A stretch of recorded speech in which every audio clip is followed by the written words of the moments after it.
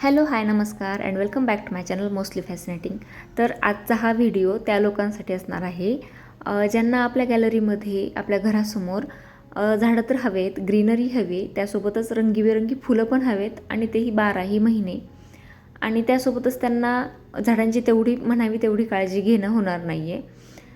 खूप वातावरणाला सेन्सिटिव्ह अशी झाडं नको आहेत.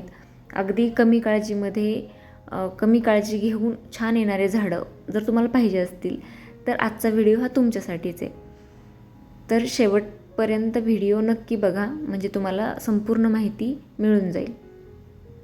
आणि चॅनलला आणखीनही सबस्क्राईब केलेलं नसेल तर प्लीज सबस्क्राईब करून टाका आणि व्हिडिओला लाईक देखील करा. तर हे आहे मॉस रोज, म्हणजेच आपल्या मराठी भाषेमध्ये आम्ही गावाकडे याला विंचूचं फूल असं देखील म्हणतात, पण एक स्टँडर्ड भाषेमध्ये याला आपण मॉस रोज किंवा पोर्तुलाका असं देखील म्हणतात. आता पोर्तुलाका आणि मॉस रोजमध्ये थोडासा डिफरन्स असतो, एक सेमच स्पेसिस आहे पण फुलामध्ये थोडं वेगवेगळं दिसतात.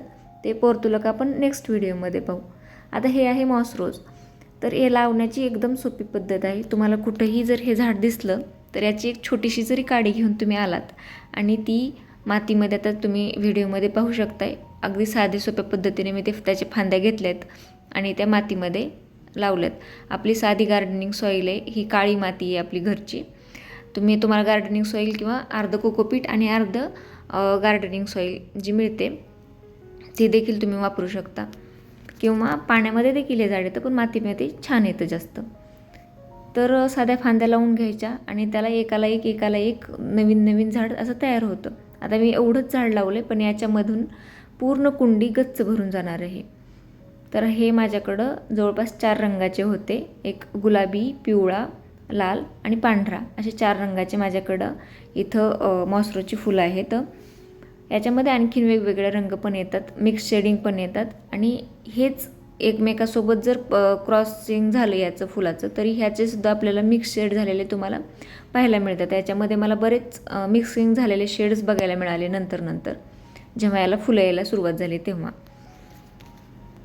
तर इथे तुम्ही आता बघू शकता, हे जे आताचा जो रिझल्ट बघताय तुम्ही व्हिडिओमध्ये तो जवळपास 2.5 ते 3 महिन्याचा रिझल्ट आहे. म्हणजे आपण जे झाडं लावले त्याच्यानंतर 3 महिन्यामध्ये झाडाच्या कुंड्या इतक्या छान भरल्या होत्या आणि त्याला फुलंसुद्धा इतके सुंदर आले होते.